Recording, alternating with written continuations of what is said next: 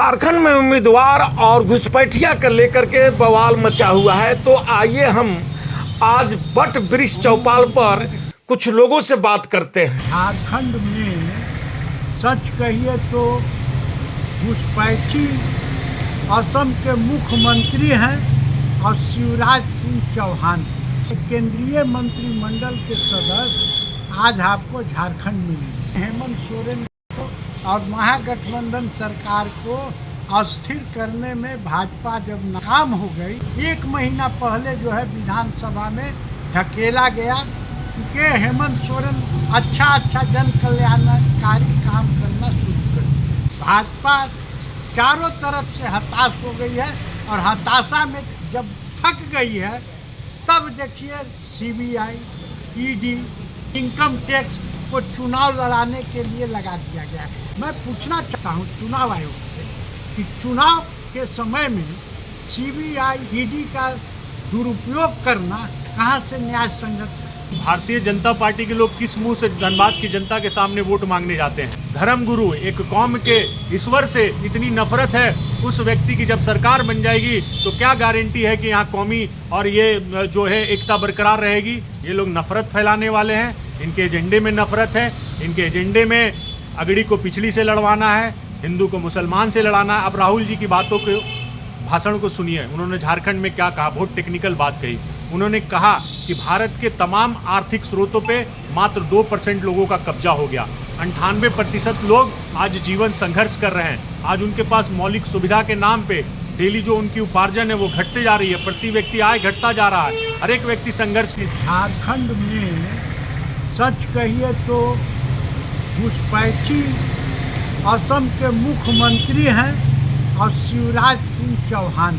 साफ स्वच्छ छवि का आदमी को क्या आरोप लगा? कुछ तो आरोप लगाएगा विपक्ष। ये तो षड्यंत्र करके झूठ में जनता में भ्रम फैला रहा है। ये तो नजर नहीं आता। स्टेट में पदाधिकारी है तो कैसे कोई बोल देगा?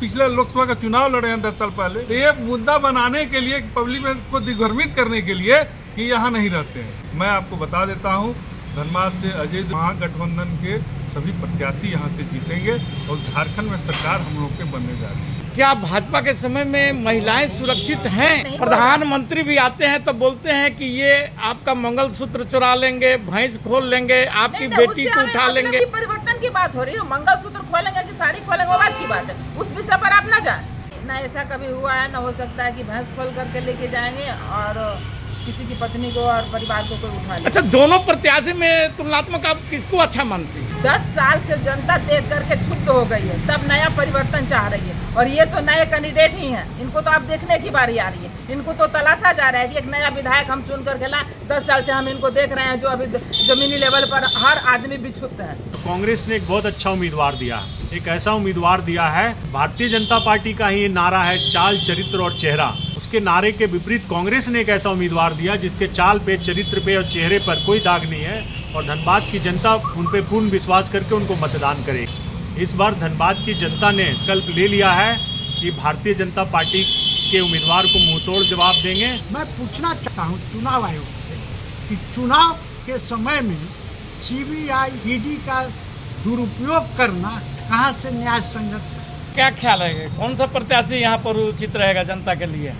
देखिए, सबसे पहले तो समझने की बात है कि धनबाद में प्रॉपर धनबाद लोकसभा और विधानसभा एक ऐसा लोकसभा और विधानसभा है जो धनबाद की जनता है, उन्होंने भारतीय जनता पार्टी को यहाँ पे एक लंबे समय तक काम करने का मौका दिया।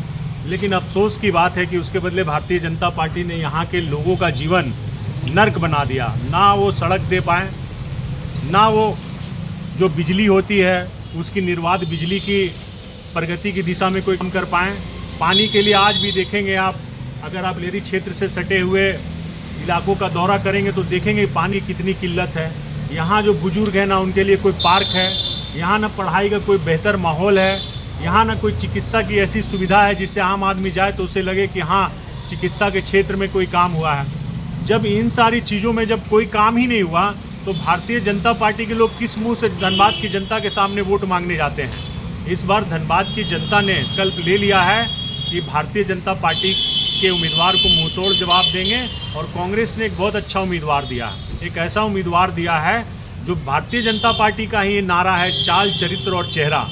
इसके जो चाल चरित्र और चेहरा भारतीय जनता पार्टी नारा देती है, उसके नारे के विपरीत कांग्रेस ने एक ऐसा उम्मीदवार दिया जिसके चाल पे, चरित्र पे और चेहरे पर कोई दाग नहीं है, और धनबाद की जनता उन पे पूर्ण विश्वास करके उनको मतदान करेगी। और सबसे बड़ी ये बात है कि बीजेपी की स्ट्रेटेजी क्या झारखंड के लिए, ये आपको समझना पड़ेगा। आसाम जैसे प्रदेश का मुख्यमंत्री जब झारखंड आता है और झारखंड के भरी सभा में कहता है कि झारखंड में हुसैनाबाद जैसा शहर नहीं चलेगा, अगर हमारी सरकार बनेगी तो हुसैनाबाद नाम का कोई शहर नहीं होगा। जिस व्यक्ति को एक कौम के धर्मगुरु, एक कौम के ईश्वर से इतनी नफरत है, उस व्यक्ति की जब सरकार बन जाएगी तो क्या गारंटी है कि यहाँ कौमी और ये जो है एकता बरकरार रहेगी। ये लोग नफरत फैलाने वाले हैं, इनके एजेंडे में नफरत है, इनके एजेंडे में अगड़ी को पिछड़ी से लड़वाना है, हिंदू को मुसलमान से लड़ाना है। अब राहुल जी की बातों को, भाषण को सुनिए, उन्होंने झारखंड में क्या कहा, बहुत टेक्निकल बात कही।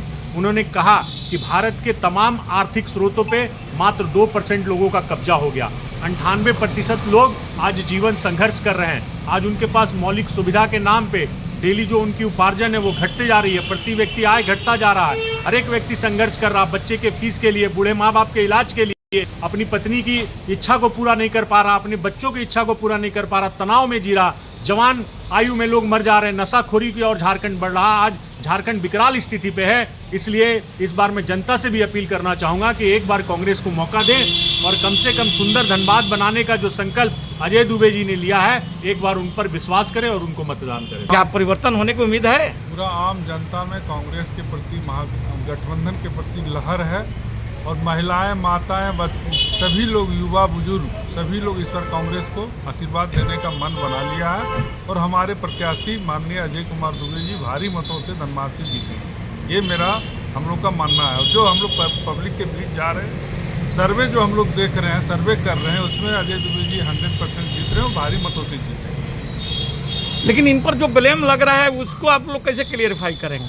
क्या चीज़ का ब्लेम? बोला जाता है कि प्रत्याशी के कभी धनबाद में रहे ही नहीं है, जनता सवाल उठा रही है। एक बात बताइए आप, जो आदमी धनबाद में नहीं रहेगा, स्टेट में उपाध्यक्ष हैं, स्टेट के मतलब झारखंड प्रदेश कांग्रेस कमेटी के उपाध्यक्ष हैं, पूर्व में भी कमेटी में रहे हुए हैं, बराबर जो है हर पद पे जो है कोई किसी न किसी पद पे रहे हैं, तो कैसे कोई बोल देगा कि धनबाद में नहीं रहते हैं?